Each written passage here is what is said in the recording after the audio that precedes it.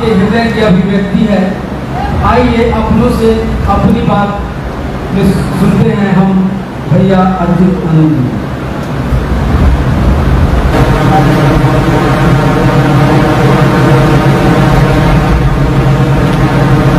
अपने गुरु महादेव प्रभात जी और यहाँ उपस्थित तमाम गुरु भाई को महादेव को मेरा प्रणाम।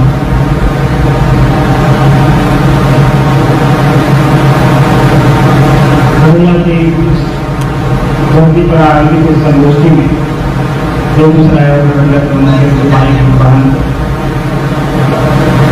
उपस्थित हैं।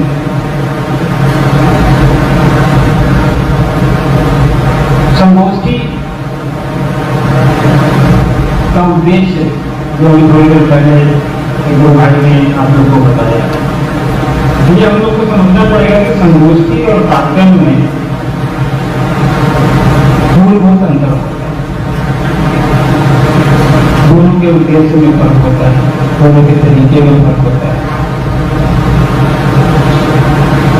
और दोनों में जो लोग शामिल होते हैं, जो वक्ता होते हैं या जो श्रोता होते हैं, वो भी ये समझ के आते हैं कि इनका कार्यक्रम में जा रहे हैं तो उनके कैसे वहाँ रहना है और संगोष्ठी में जा रहे हैं तो वहाँ कैसे रहना है। विषय एक ही होता है, उद्देश्य एक ही होता है और खास करके इंस्टीट्यूशन होगा। और संगोष्ठी में हम और आप इतनी नजदीक बैठे हैं, आपस में एक दूसरे को देख रहे हैं, सुन पा रहे हैं, बातें करते हैं, अपने अनुभव साझा करते हैं। आप विभिन्न क्षेत्रों से, विभिन्न प्रखंडों से आए लोग भाई लोग हैं। तो घोषक महोदय ने कहा अपनों से अपनी बात।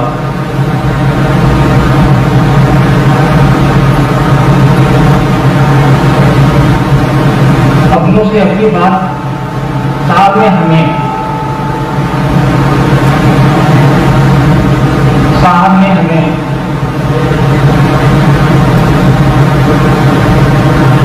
शिव का शिष्य बनने की ओर प्रेरित किया, सुविधा दी। इस पूरी सृष्टि में एक जागरण का उद्घोष किया और दीदी ने फल प्रतिबल उनका साथ दिया। जल्दी से वो स्वस्थ रही, यहाँ तक कि अपने जीवन के अंतिम समय में भी उन्होंने अपने आप को गुरु कार्य से जोड़े रखा, यहाँ तक कि अस्पताल में। तो अपनत्व का एहसास हमारे आपके अंदर वो स्वतः आ जाएगा अगर हम साहब की गदाई विधान के अनुरूप चलने का प्रयास करें। ये अगर विषय है कि हम किस हद तक शिव के गुरु स्वरूप से अपने आप को जोड़ पाते हैं, हम कहां तक पहुंचे, इसका निर्णय हमारे आपके हाथ में नहीं है ना। हाँ, लेकिन जो हमें 3 विधियां दी गई उसको करते हुए अगर हम निरंतर प्रयास करते हैं तो शिव की शिष्टता का जो जिस मनोभाव से हमने अपने महादेव को अपना गुरु बनाया, उस महादेव को जिसको हम लोग पहले से पूजा करते आ रहे हैं, जिसकी घर घर में पूजा होती आ रही है और आज से नहीं हजारों साल से होती आ रही है, उस महादेव की जिसके विभिन्न ग्रंथों में इतिहास जो भी पढ़ा होगा या सुना होगा, आप कोई भी वेद उठा के देखना, वेद या उसके बाद के ग्रंथों में महादेव के विभिन्न स्वरूपों की चर्चा उन ग्रंथों में है ही। किसी ग्रंथ में इनके पवित्रनाथ की चर्चा है, किसी ग्रंथ में इसकी और स्वरूप की चर्चा है, लेकिन महादेव भी एक ऐसा देवता है जिसकी चर्चा उस समय से चली आती है जब सृष्टि का उदय हुआ। संस्कृति और सभ्यता जब से इस सृष्टि में आई, महादेव का, भगवान का वो स्वरूप उस समय से परिधि धरती पर क्योंकि बनाई ही उन्होंने, स्वरूप भले अलग अलग। तो साहब ने कहा कि महादेव, उसी महादेव जिसकी बात, जिसकी पूजा हम और आप घरों में करते आ रहे हैं, हजारों साल से करते आ रहे हैं, पूजा का परिणाम क्या मिलता है ये बात की बात है। लेकिन साहब ने कहा कि पूजा तो करते आ रहे, हम आप उनके पास जाते हैं कि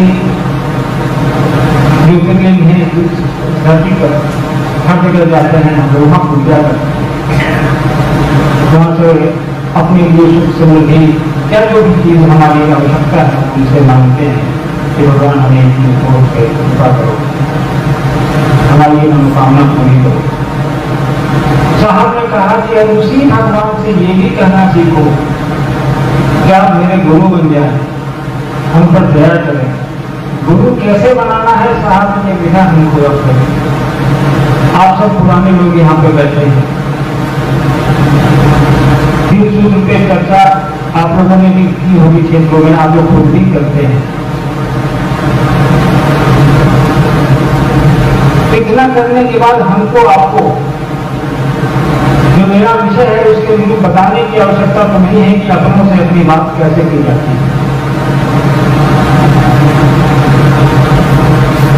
महादेव का शिष्य, अभी मंगल सर ने कहा ना कि महादेव का शिष्य, तो देख के लोग समझ जाएगा कि ये महादेव का शिष्य है। उसका अनुशासन, उसका आध्यात्मिक अनुशासन, उसका सांसारिक अनुशासन, उसका परिवार का अनुशासन, वो एक प्रतिमूर्ति दिखेगा आपको, हमको, आप हम जितना भी जानते हैं आप हम साहब को, साहब के जीवन पे एक नजर डालिए, साहब की लिखी हुई पुस्तक पढ़िए। आपको जिसने साहब को बहुत नजदीक से नहीं देखा है या नहीं सुना है, तो साहब की लिखी हुई पुस्तक को पढ़ के देखिए आप। और चले शिव की ओर में एक ग्रंथ है वो, उसको अगर आप पढ़ लेंगे तो शिव की शिष्टा के लिए आपको तो किसी और की बात सुनने की आवश्यकता नहीं पड़ेगी।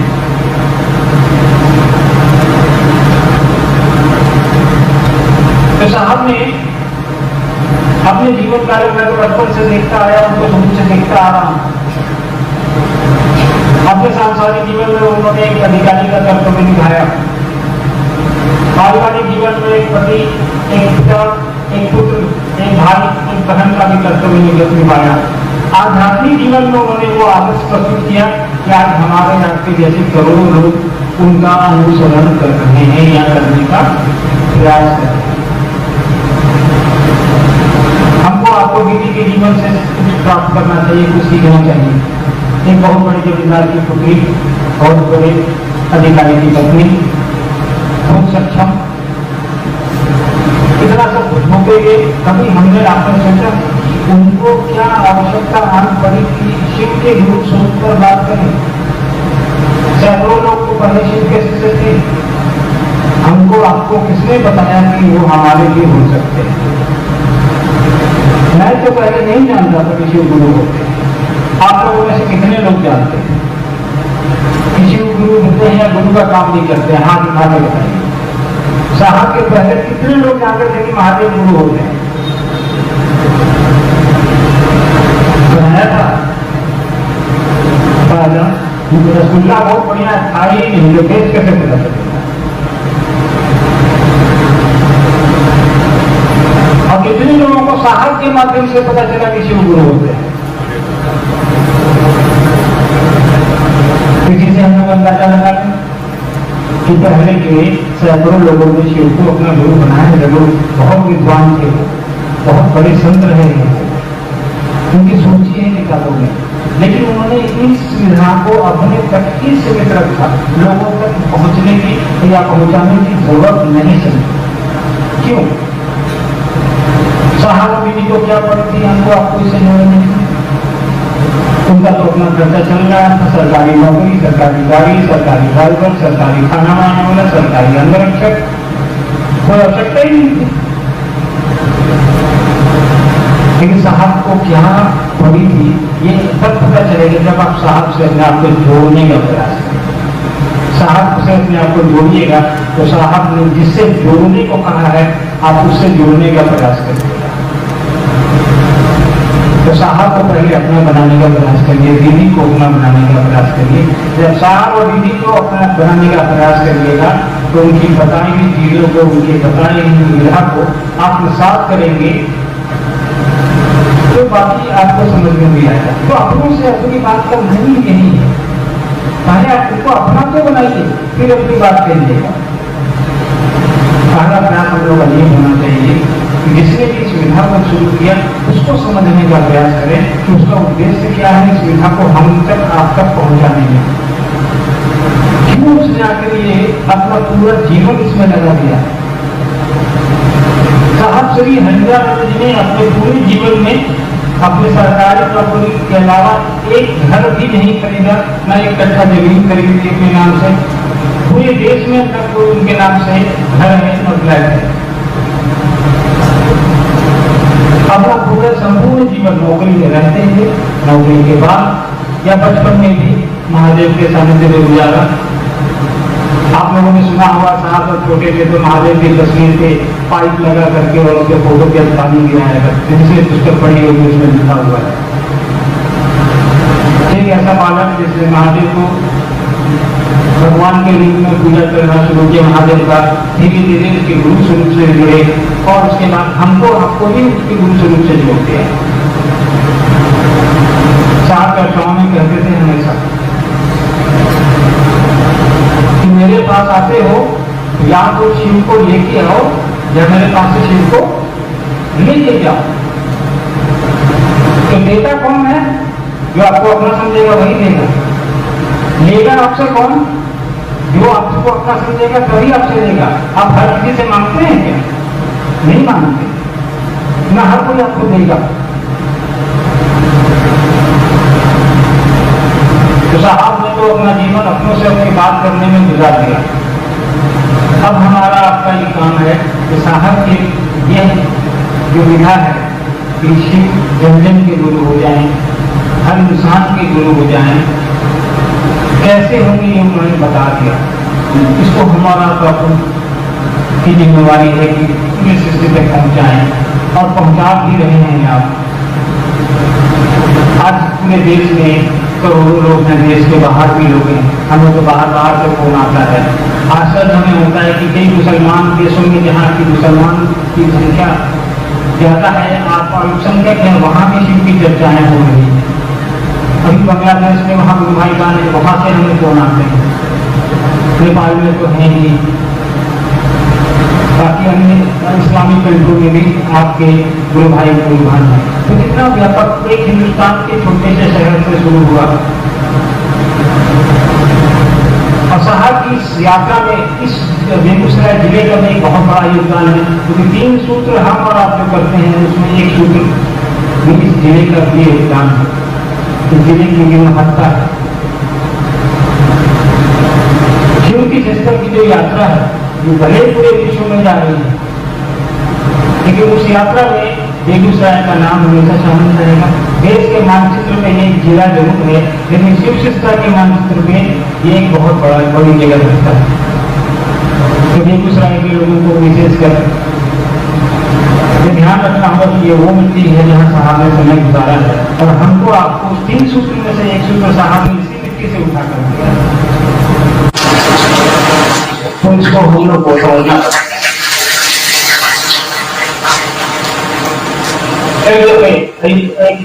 घटना का आपने सुनाई ना कि एक आदमी ने कहा कि अपने शिव को छोड़ मेरे शिव को दे। साहब ये हमेशा सुनाते थे। साहब मुगल सर ने पूरी कहानी आपको नहीं सुनाई। पटियाला में एक नंबरदार होता था। नंबरदार पहले के जमाने में होता था, आज नहीं होता है या कहीं कहीं होता होगा। एक वो गाँव में लौट रहा था वो उसी जगह से, तो अचानक बाढ़ आ गई। बारिश में नदी की पहाड़ी, नदी किनारे खड़ा होकर सोच रहा था कि कुछ बात हम लोग एक साधु यही बैठा था। साधु ने पूछा कि क्या बात करा, चिंता में क्यों? उस नंबरदार ने कहा कि बाबा ये उस है नदी में काफी पानी है, निशान की काफी होगी और वो जंगली इलाका है। अब ने कहा कि हाँ ऐसे हो, और उसने शिव लिख दिया। ताकि जो देखते हो वो नदी पार तो नर्मदा उसको देखकर रहा शिव को और नदी पार करता है। रास्ते में जब पहुंचा आगे रास्ते में उसको ध्यान आया कि जब इससे लेके शिव पर हम नदी पार कर सकते हैं तो शिव को सकते हैं हम ही शिव पर भी नदी पार कर सकते हैं। उसने दोनों हथेलियां खड़ा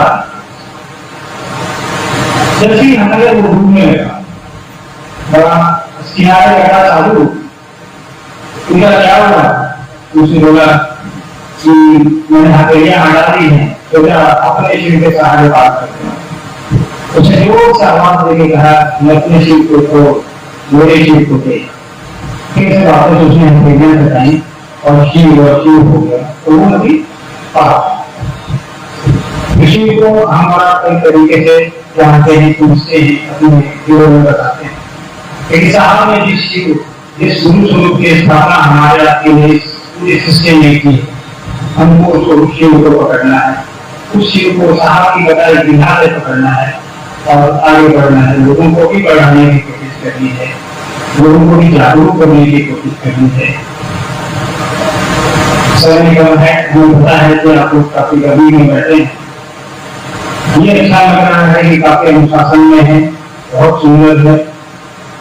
मैं ये धन्यवाद तो नहीं करूंगा किसी का लेकिन आभार व्यक्त करूंगा यहाँ के आयोजकों का कि मुझे अच्छी व्यवस्था बनाई है और आप सबों का अभी सुनील के साथ मुझे अनुमति मिलेगी आप लोगों से आप बड़का जी को सुनेंगे भी अगली मुलाकात कहीं न कहीं मैदान में होगी सुनील के साथ। आप सभी को मेरा प्रणाम है।